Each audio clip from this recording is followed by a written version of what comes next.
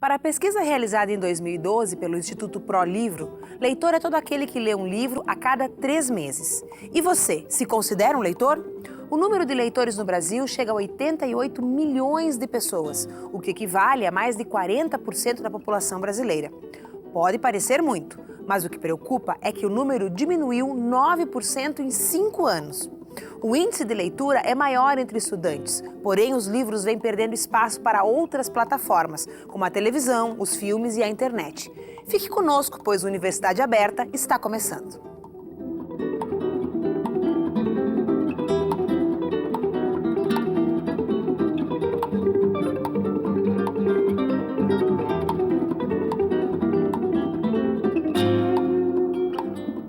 Aqui na UPF, um projeto de pesquisa busca analisar o perfil leitor de jovens universitários ingressantes nos cursos de licenciatura em Letras e Pedagogia. Participam desse estudo outras 3 universidades brasileiras. Tudo isso para promover a formação de mais leitores na universidade. O Núcleo Experimental de Jornalismo, em parceria com a UPF-TV, produziu uma reportagem sobre o tema. Vamos assistir? Já imaginou fazer uma viagem sem sair do lugar? História, conhecimento, descobertas. São eles, os livros, que nos convidam a embarcar no mundo dos saberes. Me leve pra qualquer lugar, me leve para qualquer canto do mundo, Ásia, Europa, América. Porém, nem todos costumam tirar um tempo para ler e embarcar nesta viagem. Segundo dados da pesquisa feita pela Federação do Comércio, FEComércio, do Rio de Janeiro, 7 em cada 10 brasileiros não leram um livro sequer em 2014. Na capital nacional da literatura, essa realidade é um pouco diferente. Na cidade, onde possui um símbolo dedicado às letras, o chamado Largo da Literatura, o índice de livros lidos por pessoa chega a 7 por ano. Esse ano eu li em média de uns 15 livros, sendo eles sobre cerveja, alguns romances e autoajuda também. Li uns 10, 12, e todos são relacionados à nutrição esportiva, esse tipo de coisa. Eu estou concluindo o curso de jornalismo, então a maioria dos livros tratam sobre o meu tema da monografia, que é fotojornalismo. Eu li 4 livros, não inteiros, começados. Eu li livros mais dentro da área da engenharia civil mesmo, de construção civil. Agora o nome eu não vou lembrar direito, mas é mais dentro dessa área mesmo. E agora tu está lendo algum em específico? Agora eu estou lendo esse, que é De Volta ao Mosteiro, e o Monge Executivo. O Monge Executivo fala de liderança e trabalho em equipe. É mais focado na área de administração mesmo, essa parte de liderança. Os gostos são variados. Até mesmo na livraria localizada dentro da universidade, os livros procurados vão da autoajuda ao técnico. A gente vende bastante livro autoajuda, romances e os best-sellers, né? Como sempre o pessoal procura os lançamentos, a gente sempre tem, o pessoal procura, e os livros técnicos também dos cursos. Conciliar a paixão pelos livros e o mundo digital não foi problema para Leonardo, estudante de jornalismo da UPF. Com seu canal do YouTube, um leitor a mais que já possui mais de 11 mil inscritos. Léo oferece conteúdo para quem gosta de ler. Salve, salve galera! Eu sou o Léo e hoje eu tô aqui para dar dica de 5 livros para se ler em um dia. Desde que o canal foi criado, já foram mais de 120 livros lidos, sendo os preferidos comentados para os internautas. Eu comecei na internet tendo um blog escrevendo sobre livros, e quando começou esse boom de todo mundo falar sobre livros na internet, principalmente no YouTube, eu pensei, poxa, eu acho que isso pode ser uma coisa legal de se explorar, então eu acabei entrando nisso também, mas no começo foi bem difícil porque era algo que nem todo mundo conhecia, era algo que não tinha acesso para todas as pessoas, mas eu acabei entrando nisso aí e apostando que daria certo falar sobre livros na internet e deu no que deu hoje. O esquema é você levar a sério, saber que você está dando a sua opinião com sinceridade na internet e ver que as pessoas estão aceitando bem isso. É uma motivação a mais para você continuar fazendo, continuar crescendo. Então a leitura para mim é meio que uma porta de entrada para crescer mais, para ser uma pessoa melhor para o mundo real, no caso. Na UPF, um projeto de pesquisa desenvolvido pelo mestrado em Letras está estudando, juntamente com outras universidades, a leitura nas licenciaturas espaços, materialidades e contextos na formação docente. Saiba mais sobre este assunto agora no estúdio. Eu recebo aqui no estúdio a coordenadora desse estudo aqui na UPF, a professora doutora Fabiane Verardi Burlamac, e também a doutoranda em letras Deise Zanata. Professora, a gente fala outras plataformas e fala do livro, mas se eu leio o livro num tablet, não estou lendo um livro? Está lendo um livro, é isso que nós estamos mostrando, que ler o livro nós chamamos em suas diferentes materialidades. É isso uma das questões que estamos vendo quando se fala na questão da leitura. Quer dizer, não estamos mais lendo no impresso, não quer dizer que não se leia. Se lê em outros formatos, no próprio, o que vai mudar é o suporte. Né? A estrutura de narrativa do livro se mantém. Exatamente, se considera a mesma estrutura, né? Alguns mecanismos, alguns e-readers, né, te permitem folhear o livro, marcar um livro. Mesmo no tablet. Exatamente.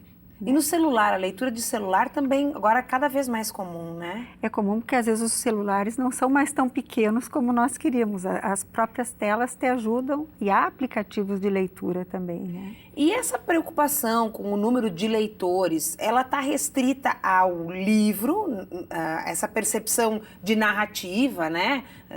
Ou também à leitura de outras narrativas, como o filme, como os games, é ampliada essa noção de leitura? Em múltiplas plataformas, por isso que a gente chama materialidades de leitura, em diferentes materiais, suportes, e nem mesmo pensando só no texto literário. Nós podemos prescindir daquele leitor que lê narrativas gráficas, né, que são os graphic novel, né, que hoje em dia tem tanto apelo, né, então nós temos de ver isso.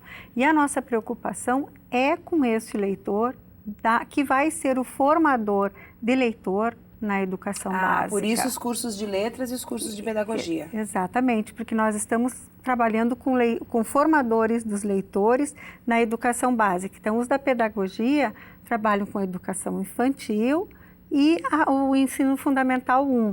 E nós, no curso de letras, pegaríamos o ensino fundamental 2 e o ensino médio. Então, como é que esses ingressantes no curso de letras e pedagogia chegam com a leitura? Qual é a trajetória de leitura que tem esses alunos ao ingressarem nestes cursos? Deise, por que escolheste trabalhar com esse tema de pesquisa?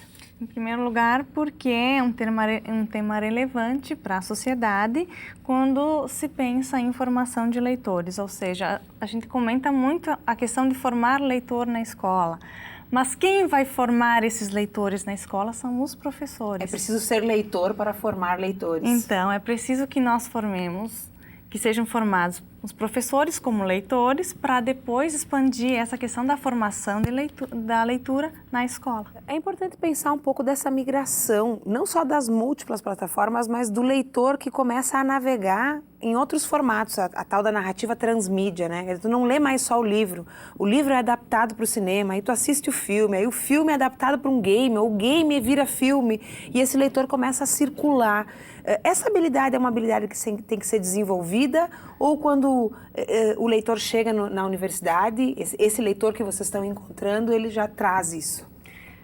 Como a gente não tem esses dados ainda prontos, o questionário há pouco foi implantado, foi aplicado e agora ele está em fase de tabulação. Mas pensando no que a gente tem visto como experiência como professora, né, a gente tem de pensar que esse aluno cada vez chega mais cedo na universidade e a bagagem de leitura que ele traz é esta bagagem que apresenta no ensino médio, é desse leitor nas múltiplas linguagens, que é um leitor ubíquo, né? A própria Santaella fala isso. E nós, na graduação, mais do que nunca, temos de trabalhar com este leitor para que este leitor, quando ele sai do curso de licenciatura, ao chegar na escola, ele seja replicador desta prática de leitura, né? Então, esse leitor com o qual o projeto está trabalhando não é só o leitor do livro. Ele é o leitor de todo esse universo transmídia que produz conteúdos e narrativas. São todas as materialidades de leitura que ele vai nos apresentar. Então, nós temos que trabalhar com esse leitor, que é este leitor que o nosso aluno, que quando egresso do curso, dos cursos de licenciatura, vai encontrar. Então é com ele, com esse aluno que ele tem que trabalhar. Quais são as etapas do projeto? Em primeiro lugar, nós aplicamos um questionário nos alunos ingressantes dos cursos de letras e de pedagogia. Esse questionário foi aplicado na primeira semana de aula, porque o nosso objetivo era de ver realmente como é que este aluno licenciando chega. Qual é a bagagem de leitura que ele traz? Quando a gente fala bagagem de leitura, não é leitura literária, mas, enfim, todos os suportes de leitura, questões culturais também, acesso ao cinema, a vídeo, a teatro, questões, gostos musicais, quer dizer, quem é este nosso aluno culturalmente também falando? Vão trabalhar só com os ingressantes por enquanto? Por enquanto são só os ingressantes. A ideia até pensamos que a Deise possa, na tese de doutorado, trabalhar com os pós-graduandos, porque daí nós já estamos falando de um outro aluno, né, que trabalha com outro público. E que cumpriu toda uma trajetória já dentro da universidade. Exatamente. É um público diferente, que é um público que já está atuando na educação básica, alguns até já em curso superior. Bom, nós vamos fazer um rápido intervalo e voltamos falando um pouquinho mais sobre essa parceria que a universidade tem com outras instituições de ensino superior, através da qual o projeto se concretiza.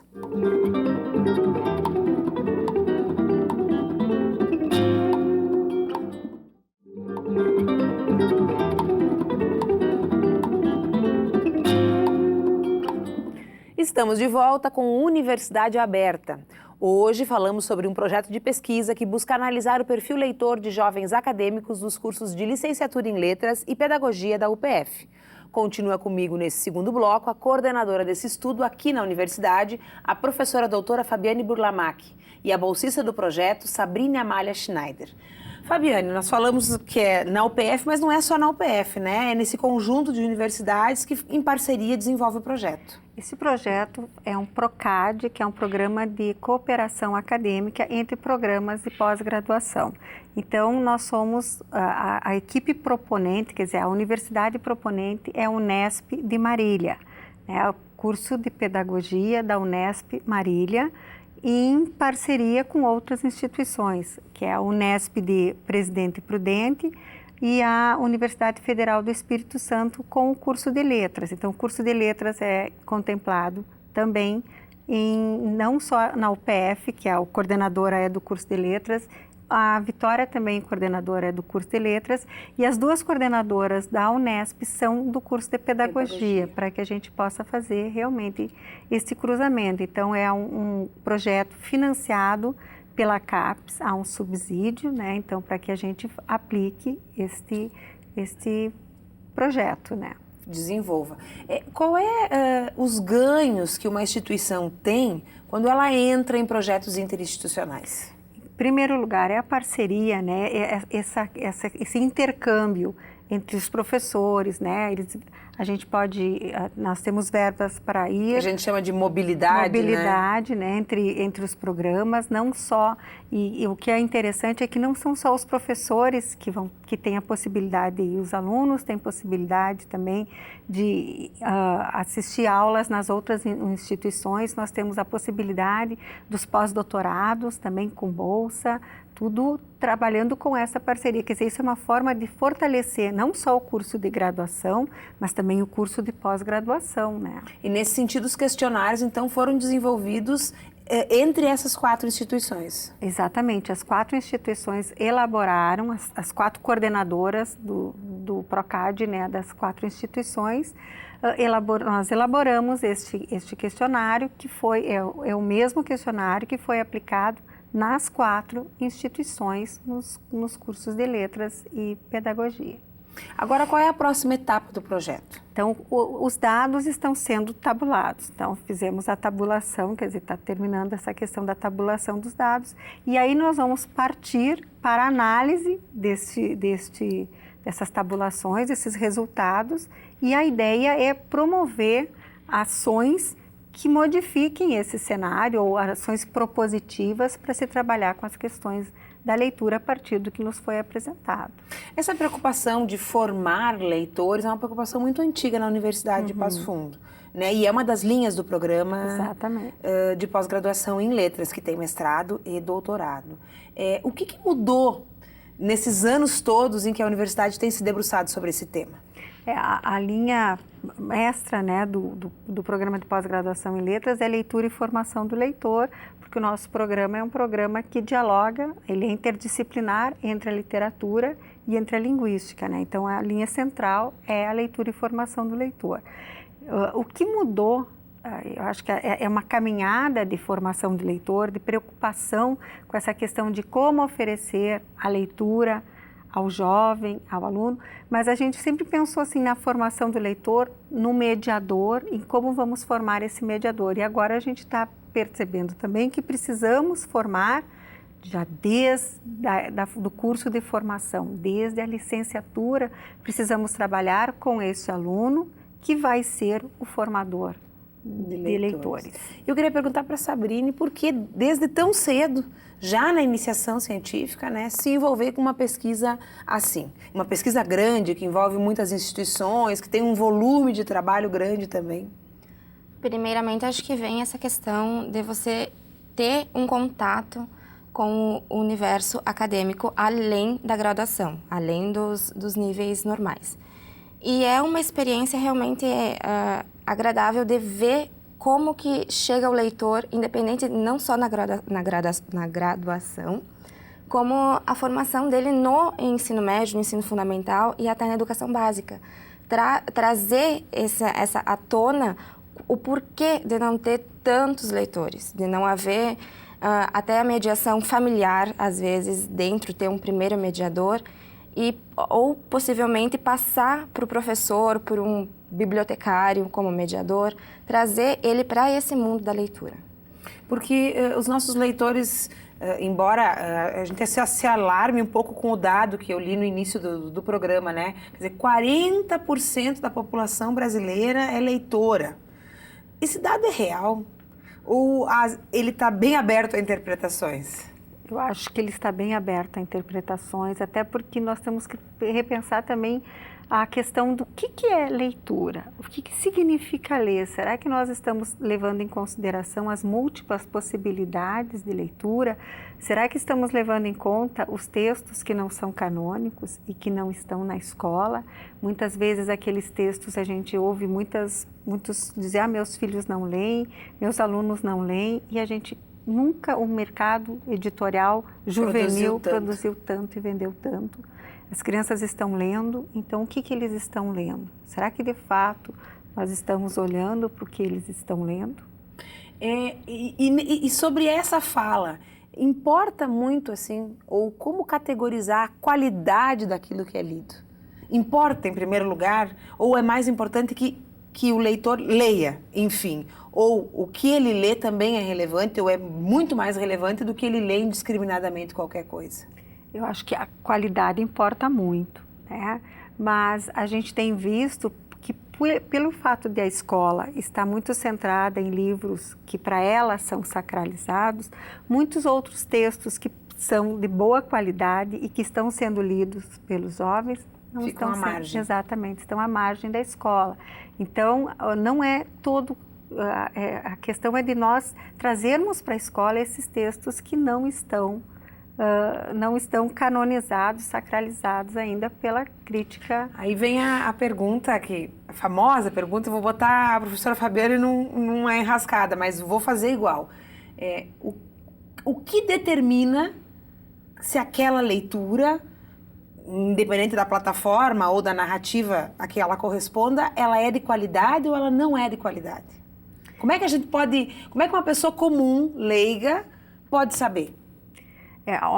Quando você vai dizer se esse texto é de qualidade, acho que a primeira coisa que a gente tem de ver, prestar muita atenção, é na fruição desse leitor. Se esse leitor está gostando muito desta leitura, eu acho que a gente tem de parar e prestar atenção e olhar o que esse texto tem que faz com que você entre nessa leitura e experiencie essa leitura ame esta leitura. Então, nós precisamos ver isso. Então, independente de nós pensarmos assim, esteticamente esse texto diz isso, isso, isso, porque nem tudo que é estético a nossos olhos, para a crítica literária, é um texto que vai ter fruição, que vai fazer com que o leitor tenha prazer. Então, primeiramente, eu acho que a gente tem de pensar e olhar realmente o prazer desenvolvido nessa obra, a experiência de leitura que esse sujeito leitor tem. A Sabrina falou um pouco da mediação, né? Porque acho que essa mediação também pode proporcionar ou ajudar o leitor a descobrir esses momentos de prazer dentro do texto. E tu falaste um pouco da família, que foge um pouco do foco do projeto, mas que aparece ao longo da tua experiência com a pesquisa? Na verdade, nós temos até muitos exemplos nas leituras que nós fazemos. E exemplos assim, até usamos muito Michelle Petit. Então, que é uma das autoras pesquisadas. Das autoras, das teóricas, assim, teóricas que a gente utiliza. E ela traz muitos exemplos de mediação, que pode se dar por uma avó, pode se dar pela mãe. Se a criança vê a mãe lendo, ela vai se interessar pelaquela leitura, ou tentar entender o porquê da mãe estar lendo aquilo. Ela vai procurar saber e se interessar pelo que a mãe, porque está vendo a mãe como exemplo e sempre vê desde criança. Uma das suas pesquisas, Fabiana, é sobre as memórias leitoras, né? Eu acho que também tem um pouco desse papel de formar o leitor, daquilo que eu levo comigo depois que eu leio, aquilo que eu passo para o outro que eu li. A mediação é imprescindível, né? Então, na nossa pesquisa a gente vai ver isso. Uma das que a gente pergunta, quem é o grande mediador? Será que este mediador de leitura vem desde a família? Ou nós tivemos um grande professor, um amigo maravilhoso que compartilhou com a gente a leitura. Então, isso nós também queremos ver porque ela é essencial, né? Eu fico pensando muitas vezes alguns textos, músicas ou filmes não tinham, num primeiro momento, me chamado a atenção. Mas quando eles foram trazidos por alguém e apresentados sobre essa ou aquela circunstância, aquele texto ganha um novo sabor. É a questão do compartilhamento, tudo que nós podemos compartilhar, o belo, sempre tem que ter algumas coisas, algumas experiências na nossa vida a gente não poderia fazer sozinho, né? Nós temos que compartilhar com alguém, então algo que eu li que é muito bom, que eu gosto mais, eu vou compartilhar. Mesma coisa com o cinema, com uma obra de arte, né? Costumamos compartilhar. O caminho é o mesmo para todos. É o mesmo. Bom, eu quero agradecer a professora Fabiane, quero agradecer as duas bolsistas que estiveram presentes, a Deise que teve no bloco anterior, a Sabrina que está aqui agora, e perguntar para você aí de casa, você é leitor? O que é que você anda lendo? Né? Compartilhe conosco, compartilhe com os amigos, com os filhos, com os colegas, vamos povoar o mundo de leituras e quem sabe teremos futuramente bons professores leitores e, consequentemente, alunos leitores. Até mais, Universidade Aberta por hoje fica aqui, mas eu volto semana que vem com outro projeto ou pesquisa realizado na Universidade de Passo Fundo. Até lá!